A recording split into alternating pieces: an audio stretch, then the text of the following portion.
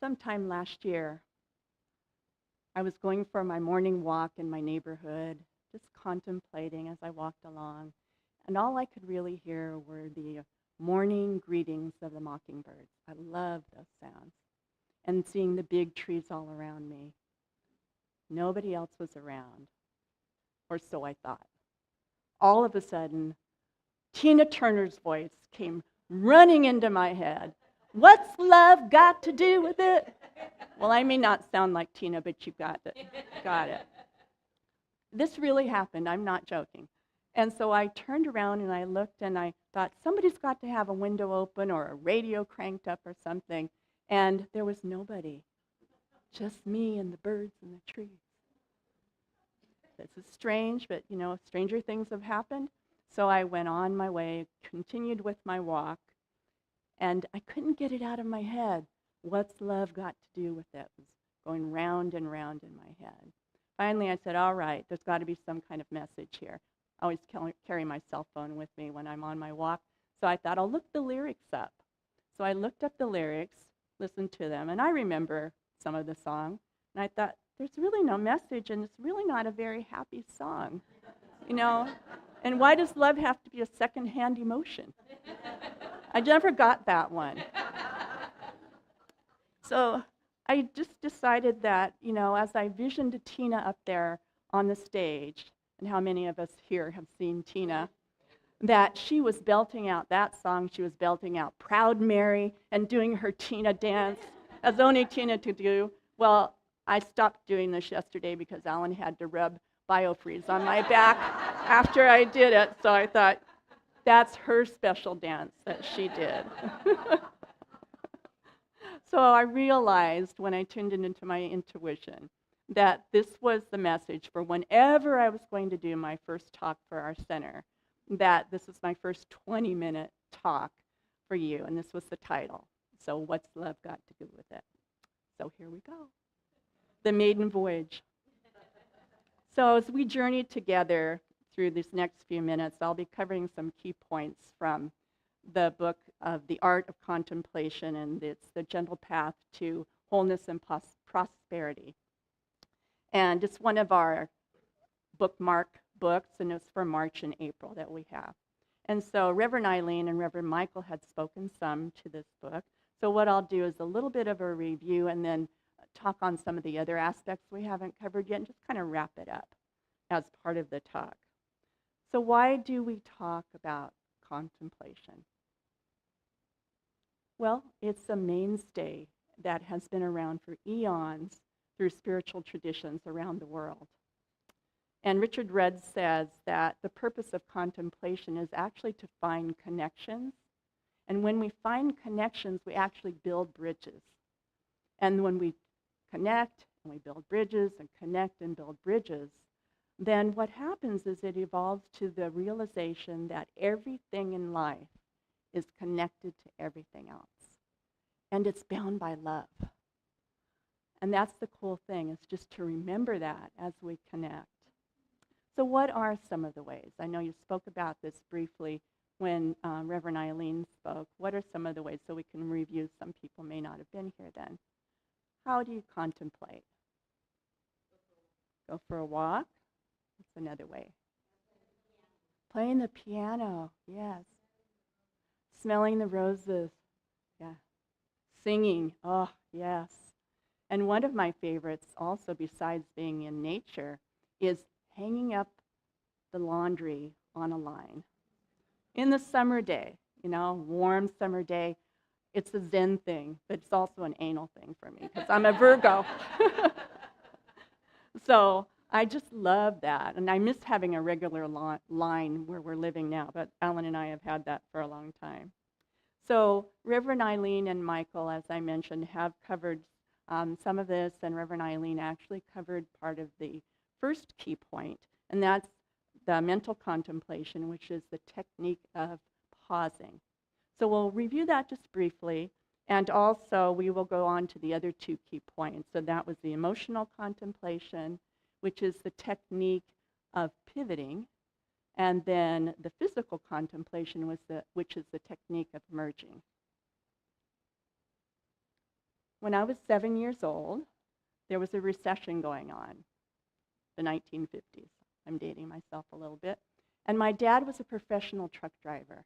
And so he was looking for work, and he moved my family from South San Francisco, my 2 younger sisters and my mom and I, up to the small town of Fortuna. Many of you may know about Fortuna. It was small then. And so one of the times that my dad was out on a trip, my mom decided that she would take me and my 2 younger sisters to the Eel River for a picnic. I was so excited because I was more of a city girl, so I hadn't had much of an opportunity to actually be in nature. When we got there, we laid out our blanket, our picnic blanket, and we were starting to eat our sandwiches and chips and everything. I found that I was pausing while doing this, and I was feeling the breeze coming through from the trees and smelling, you know how that wafting smell comes from the big redwood trees, that the trees were just lined way down as far as I could see, these huge, tall redwood trees. And they're amongst the tallest living things on the planet and amongst the oldest living organisms. I didn't know that then, but I was just taken in by all of it. So what I didn't realize then was by pausing, that gave me an opportunity actually to go deeper into that. Because as Red says in the book, that the deeper we go into the moment from contemplating to allow ourselves to pause, then we also are able to have more of a consciousness that allows for a shift to pivot. And so that brings us to the next key point. Pivoting is the emotional technique or emotional aspect of contemplation. So what happens is from within us, we feel this urge start to come. It's nothing that we consciously do, but it's something that's from within that's pulling us. And it allows for the unpredictable to happen as well as mysteriousness. And that's what I was experiencing right then. Everything seemed like a mystery to me. Of course, at 7, I didn't know how to articulate that. But have you ever been someplace like at the Avenue of the Giants where you just have to whisper? Because if you talked any louder, it wouldn't be very reverent. So that's what it was like. And so I felt the mystery of all of that. So after pausing, I had actually become emotionally driven. And that's what happens when you go in with the pivoting. It's kind of like a little shift has taken place. So from eating my sandwich and chomping off the potato chips, which that was a treat for us because we didn't get to do that very often, I just was engaged in that. So, and I was also embracing that opportunity. Slide 1, please.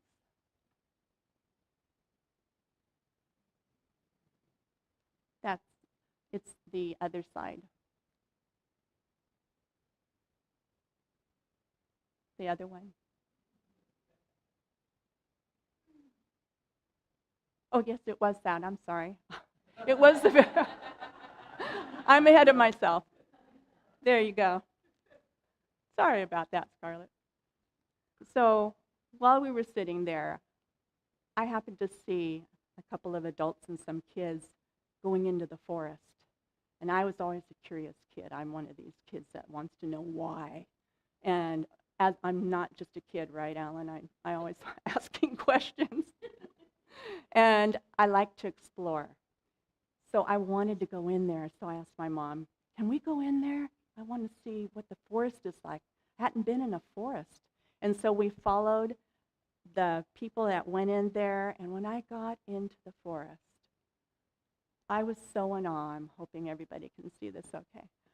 I was so in awe with what I saw that eventually, with looking at those God rays coming down, and I didn't have that word for them, but that's my word. Have you ever seen clouds as you're driving and all those rays coming down?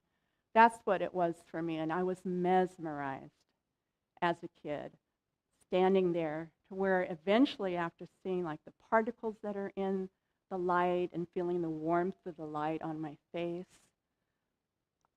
I was the only one there. I'd seen the trees. I didn't hear the people anymore. And before I knew it, I wasn't even there. It was just all just one feeling. And I didn't realize until later that that's when I truly discovered God. I'd been baptized as a kid, but I never had the feeling. It was just more things you did. And when I came out of that experience and saw this tree in front of me, I ran over to it and I hugged that tree, and I became a tree hugger right then and there. That wasn't even a popular thing to even talk about. So author John Steinbeck said, "The redwoods once seen are always remembered." So I'd experienced merging, and that's the third contemplation key. And merging is the physical contemplation. So what had happened was I moved deeper into that experience, and what you get moved more into life and more into your relationship with other people. Merging is called the heart of contemplation. So it's no wonder, that we feel that when we're in nature. And it's something that as we move towards it, we develop a trust. To any step that takes courage, we have trust in it, don't we? We have to trust something in order to take the next step. And then that gives us an opportunity to actually merge with it. So I was experiencing interconnectedness, which in our teaching of science of mind, metaphysical teaching, we refer to as oneness. You can remove the slide, please.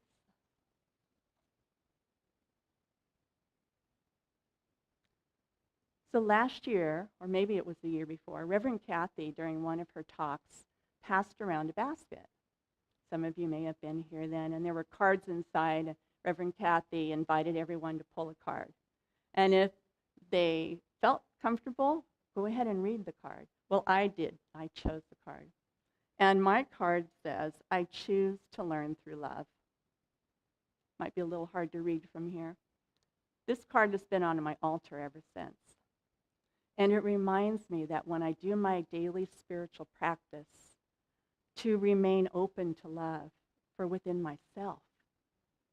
Because as we all know, if it's not here, it can't be out there authentically. And so it's a work in progress. It's not something that's just like I got it. And I practice that every day.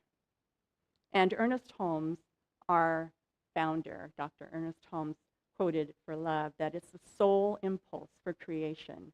And the person who does not have it as the greatest incentive in their life has never developed the real creative instinct.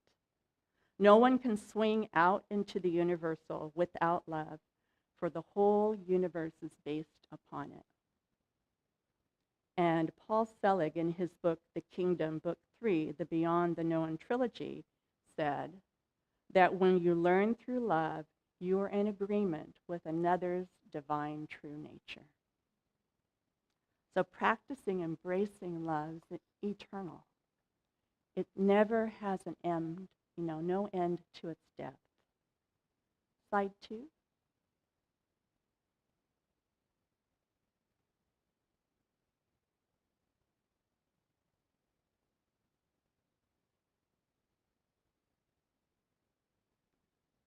Thank you. So the General Sherman tree that we're seeing in the slide is the world's largest living tree. This tree can live up to more than 3,000 years. I've had the pleasure to see this tree up close and personal several times when I lived in the Central Valley. And so one year during a tremendous fire that they had in the Sequoia National Park, the fire came dangerously close to General Sherman. And a beautiful thing took place. Fire personnel gathered together and they co-created a plan to save this tree. They developed this huge, as you can see behind me, huge fire blanket. And it covered the base of General Sherman and as much as they could get with the roots that were exposed. in their valiant effort to save the tree. Many of you may remember seeing it on the news or reading about it. People were united. They were united in prayer, in hope, and all hearts were connected. I was so touched by that experience. And as I was thinking about and writing this talk,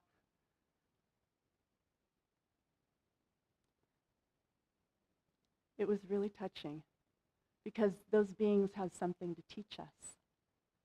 They have so much wisdom that they've accumulated and experienced through the years. They have roots that are a system of interconnectedness. They have scientifically proven chemicals that get emitted out into the universe. And as Reverend Kathy has arranged for opportunities for us to go on forest bathing or forest therapy trips, we all know that when we feel it when we're in there, in that forest environment. So imagine if more people would embrace opportunities like that and become more willing to open up hearts and be interconnected and truly listen to each other. What changes could occur in our world? You'd see them very much. Remove the slide, please. So as our contemplative journey continues, I recall when my husband Alan and I lived in Fresno, and we lived in an older part of town. And the trees that were in that neighborhood, you can tell I got a thing with trees, right? They were huge. They were very mature. And so before I went for got ready for work, I went for my walk every single morning. Well, there was this one tree that was my favorite. It was a really big cork oak. I nicknamed it Corky. We were on a first name basis. And so whenever I would go by it, I would hug that tree. And so one day when I went by Corky, all of a sudden, this message came out to me, and it said, "Do the dance." And I thought, what? What in the heck? And I, do the dance? What are you talking about? This happened for sure. I'm not making this story up. And then I remembered as I paused and I thought more, my daughter Chris had just given me a DVD set of Gabriel Roth ecstatic dances. And I don't know if anyone's familiar with Gabriel Roth, but when she did those dances, and especially this one that I'm going to talk about, it's called Wave, the 5-rhythm approach. It has 5 different rhythms, and to me it reminds me of our rhythms in life. It has a rhythm that's a flowy rhythm, and then it has like a rhythm that's kind of gets stuck here and there. It's called staccato. And then it has a chaotic rhythm all over the place. And it also has a whimsical rhythm, just kind of lyrical. And then it has a still rhythm. And so by doing this dance and committing herself to do this dance, she actually healed a knee that she had injured that doctors told her would never be healed. She was experiencing depression during that time, and eventually that lifted up and out. So I thought, well, if she could do it, I can do it. And I had also been experiencing some depression during those years. And I started doing the dance, and I committed myself to doing that dance. And before I knew it, I started feeling lighter. I started feeling more joy coming into my life. My heart was opening more, and a zest for life. And my relationships started shifting as well. And I realized that communing that I had on my daily walk with Corky actually led to the pause going into pivoting and merging. And it's like a cycle that we've seen in a lot of things, that you can have cycles within cycles, where you're in one point and it goes to another, for whatever we're going to learn.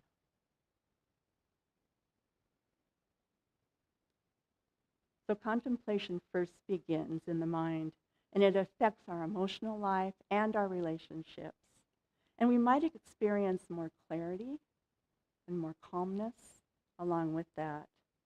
And sometimes as that allows us to do more shifting, changes start to occur. And some of those changes are profound. Some of you might be thinking about some times in your life where you've had those moments come about and evolve to that. I see some heads shaking. Well, for me, it was being called to ministry. I didn't say yes at first. I thought surely Spirit had the wrong phone number. I had every excuse in the book, I'm not enough. I'm not good enough. I'm not smart enough. I'm not wise enough. I don't have enough money. And heavens forbid, I'm certainly not young enough, you know. And then I realized, because it kept pulling and tugging at my heart, it was that heart call, and it won't let you go, I tell you, that I said yes. And I said yes because I realized that I'm God. I'm Spirit. Spirit's in, as, and through me. And so it already is good. I already am enough. And everything's already aligned. Otherwise, the call wouldn't have come. It's already aligned. And it did. It went boom, boom, boom, boom. It doesn't mean that I don't get scared or, I just realized that I just needed to summon up the trust after the courage to take that first step and then take the next step in life. And also reach out to a practitioner or a minister to help me know that and claim that truth for myself when there are those moments with the hamster wheels going around and all the worries and all of that, with affirmative prayer. And as we say in our teachings, another way is the spiritual mind treatment. And that really made a difference. It helped me anchor and know and go on to the next step. So like many of us, as we keep opening up through our journeys in life, that it starts becoming a beautiful journey, even though at first it seems like it's the pits. And we're willing to be more vulnerable. We're willing to do the dance, our own dance, not somebody else's dance. The dance that would be unique for you, unique for Tina Turner. We're embodying the divine as we merge with all of that. And so Joseph Campbell said, the privilege of a lifetime is being who you truly are. Slide 3, please.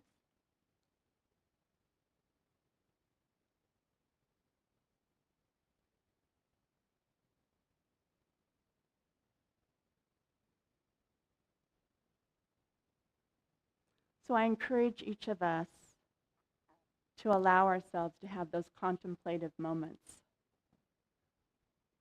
And they could be going for a walk, they could be singing, playing the piano, or hanging the laundry out on the line. And as we do that, we're able to pause, pivot, and merge. And we can take that step into and through the portal of love, where we already are. We just remind ourselves about that. We already have the knowing. We simply practice being still and knowing that we are God. We are Spirit. We are it. We are engaging, we are embracing, and we are embodying the divine, always in love. And so it is.